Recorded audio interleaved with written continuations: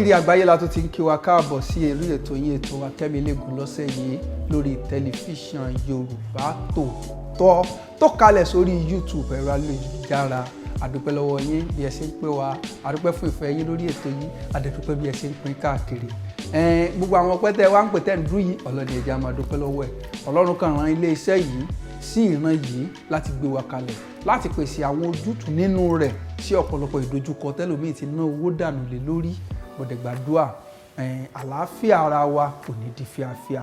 Kí n dẹ̀ tó lọ sínú táàsì lọ́sẹ̀ yìí, mo ní ìrírí kan tí mo fẹ́ sáré sọ fún wa. Gbogbo ẹni tó bá ní ọmọ sickle cell SS, ẹ pè mí personally, ẹ pè mí. Ohun tí ẹ máa lò tí ó fi máa lọ pátápátá, wọ́n ṣe nǹkan tí ò nira rárá ni. Ọlọ́run dẹ̀ máa gbà. Ó ṣe mí rí ni. Tí n bá sọ pé ó ṣe mí rí, ẹ mọ̀ wípé ó ní bó ṣe jẹ́. Ẹ pè mí tó bá ní sickle cell ọmọ SS. Pẹ̀lú àṣẹ Ọlọ́run, ogun òǹfò ní kú òǹfò láàdì ó ń ṣàìsàn yẹn ó máa dópin. Ẹ tún káàbọ̀ lọ́sẹ̀ yìí sí abala Akẹ́milégun lórí ètò yín ètò wa ní orí tẹlifíṣàn Yorùbá Tòótọ́. Ẹ má gbàgbé ìwé ìròyìn Yorùbá Tòótọ́ náà ń lọ, ẹ máa rà á wìtìwìtì. Kí la fẹ́ gbéyẹ̀wò lọ́sẹ̀ yìí? Ẹ jẹ́ lọ sókè lọ kí n padà dé ká wá bọ́ sórí ètò ní pẹ̀lẹ́ tuntun.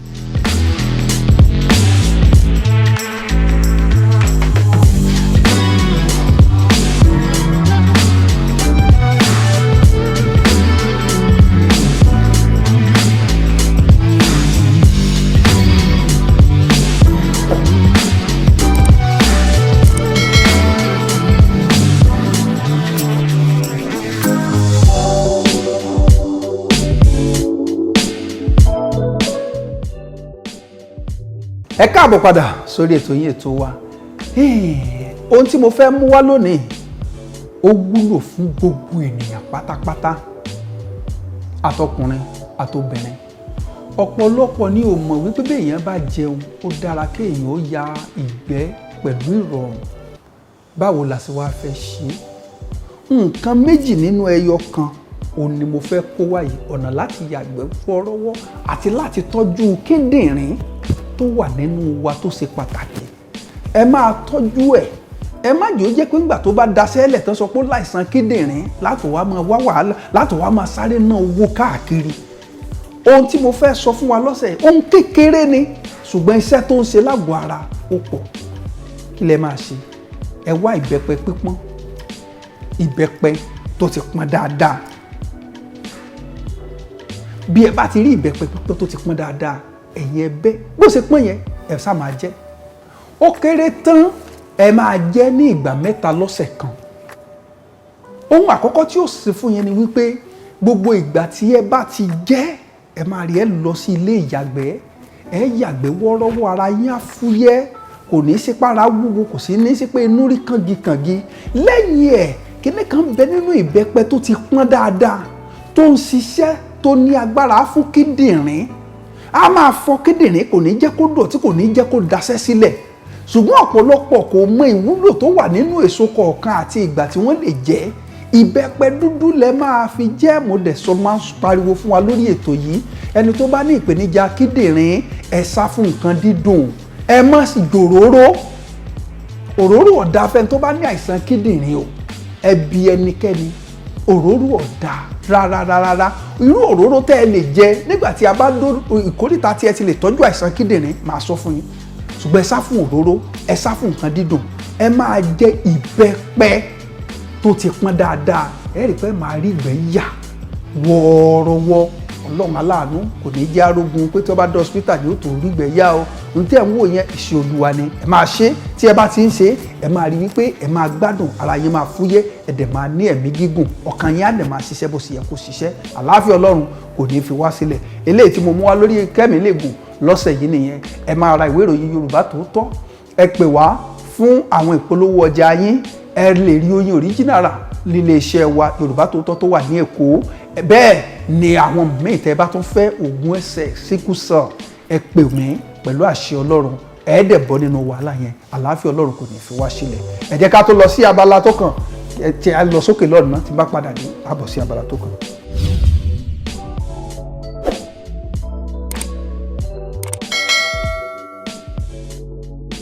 Ẹ káàbọ̀ padà sórí ètò yín ètò wa Kẹ́mi Ilégun lórí tẹlifíṣàn Yorùbá Tòótọ́. Ìlànà Kristẹni ti àwa onígbàgbọ́ ọmọlẹ́yìn Jésù.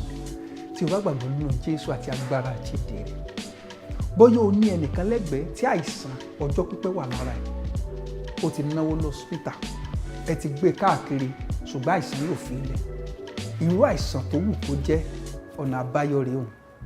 Ṣùgbọ́n o lè gbàdúrà o ní orúkọ Jésù, orúkọ tá a fi fúnni tó ju gbogbo orúkọ lọ. O lè gbàdúrà. Ṣùgbọ́n ọ̀pọ̀lọpọ̀ onígbàgbọ́ ní ò rí ọ̀nà àbáyọ nítorí wípé wọn ò mọ àwọn ìgbésẹ̀ tí wọ́n lè gbé àti àsìkò pẹ̀lú tí wọ́n lè ṣe lórí àdúrà wọn. Eléyìí kì í ṣètò.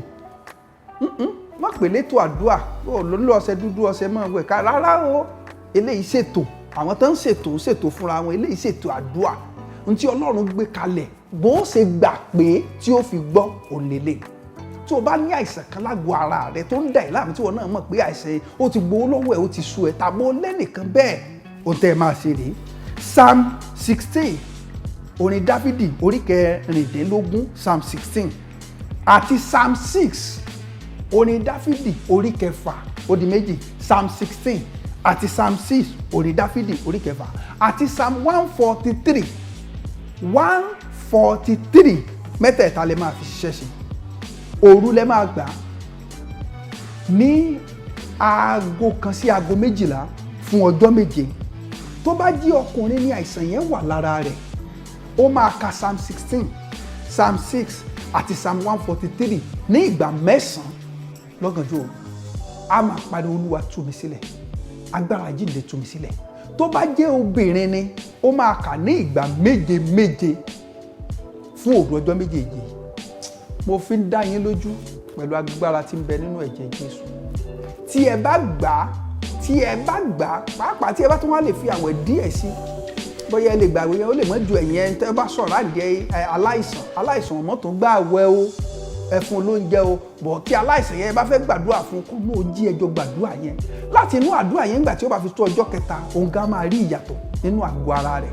Tẹ́ ẹ bá wá ń ka àwọn sáàmù yìí, ẹ wá omi kékeré, ẹ bùúlẹ̀ fún. Ẹ ka sáàmù yìí sí nínú bẹ́ẹ̀ ṣe ń gbàdúrà. Psalm 16, Psalm 6 orin Dáfídì orí kẹrìndínlógún orí kẹfà àti Psalm 143 ẹ kà sínú omi. Bẹ́ẹ̀ bá ṣe ń parí àdúrà yẹn lóròrú, kó máa mu díẹ̀ kó máa fi wẹ̀ fún ọjọ́ 7 pẹ̀lú àṣẹ Ọlọ́run. Ó máa gbádùn pátápátá. Irú àìsàn tó wù kó jẹ́, ó máa gbádùn pátápátá ni. Mo gbàdúrà orúkọ Jésù, agbára àjíǹde ó máa tú gbogbo wa sílẹ̀. Ẹ máa sá, ẹ jẹ́ mímọ́ o. Ọlọ́run ojú Ọlọ́run kì í rí ẹ̀ṣẹ̀. Ẹ sá fún ẹ̀ṣẹ̀, ẹ jẹ́ mímọ́, ẹ bẹ̀rù rẹ̀ ká lè jọba ọ̀run. Àìsàn máa jìnnà sí àgọ́ ara yín. Àlàáfíà ni fún yín lórúkọ Jésù. Ẹ jẹ́ á tó lọ sókè lọ́hùn ká pàdé ní abala tó gbẹ̀yìn lábala yìí, ìyẹn ti ìlànà Mùsùlùmí.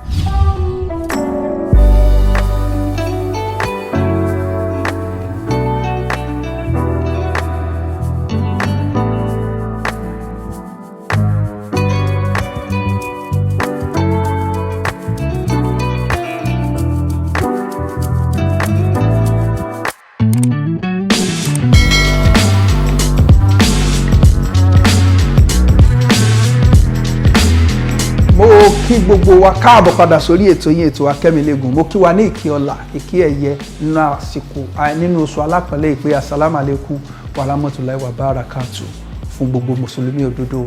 Ìrọ̀rùn tí a fi bẹ̀rẹ̀ oṣù alápẹ̀lẹ́ oṣù Ramadan náà la fi parí ẹ̀ lágbára Ọlọ́run. Mo kí wa àkùṣe ládá, Ọlọ́run yóò ká ṣiṣẹ́ fún wa. Nínú àsìkò yìí tó jẹ́ àsìkò pàtàkì inú oṣù alápẹ̀lẹ́, bó bá jẹ́ mùsùlùmí òdodo tó tún lá àlàkálà, gbà pé òpin ti dé bá. Ọ̀nà wo lẹ lè fi bọ́ lọ́wọ́ àlàkálà? Àlàkálà kìí ṣe nǹkan gidi o.